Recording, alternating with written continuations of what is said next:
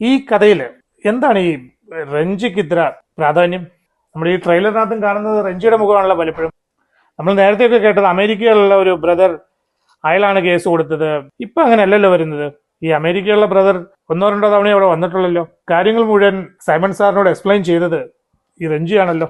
ഈ രഞ്ജിക്ക് എന്നാ ഈ കേസിൽ ഇത്ര വലിയ താല്പര്യം? അല്ല, എന്റെ സ്വാഭാവികമായിട്ടുള്ളൊരു സംശയമാണ്.